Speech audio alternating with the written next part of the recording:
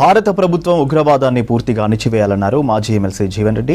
Congress party దేశ ఐక్యత భద్రతకు కట్టుబడి ఉందన్నారు. ఉగ్రవాదాన్ని అణిచివేయడానికి కాంగ్రెస్ పార్టీ మద్దతుగా ఉంటుందని తెలిపారు. పహల్గామ్ ఉగ్రవాద దాడిని భారత జాతితో పాటు ప్రపంచ దేశాలు ఖండించాయని తెలిపారు. ఉగ్రవాదులను శిక్షించాలని యావత్ భారత జాతి ఏకపక్షంగా నిలవడం హర్షించదగ్గ విషయమన్నారు. ఇక మావోయిస్టులను జనజీవన స్రవంతిలో కలపాలన్నారు. మావోయిస్టులు శాంతియుతంగా ఆయుధాలు వీడి చర్చలకు రావడానికి సంసిద్ధంగా ఉన్నారని తెలిపారు జీవన్ రెడ్డి.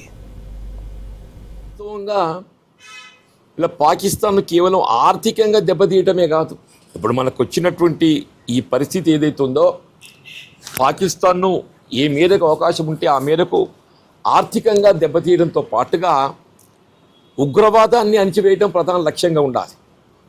ఉగ్రవాదాన్ని అణిచివేయడం ప్రధాన లక్ష్యంగా ఉండాలి.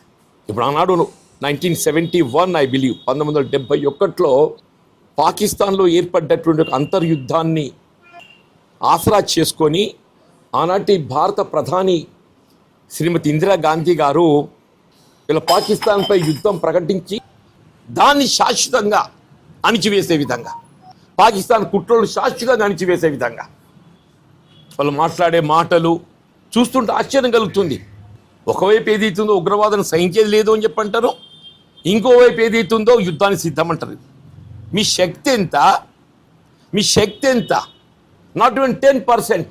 ఇలా భారతదేశంలో ఉన్నటువంటి ఒక అణ్వాయుధమే కానీ, రక్షణ బలగమే కానీ, అది గ్రౌండ్ ఫోర్స్ కానీ, ఎయిర్ ఫోర్స్ కానీ, నేవీ ఫోర్స్ కానీ, ఆర్థిక బలోపేతం కానీ భారతదేశంలో Pakistan is not even 10%. It's not even 10%. ఇలా ప్రపంచ దేశాలన్నీ కూడా ఏదైతున్నదో ఇలా పహల్గామ్ సంఘటనలు తీవ్రంగా ఖండించడం మీద పరిగణిస్తున్నాయి. తీవ్రంగా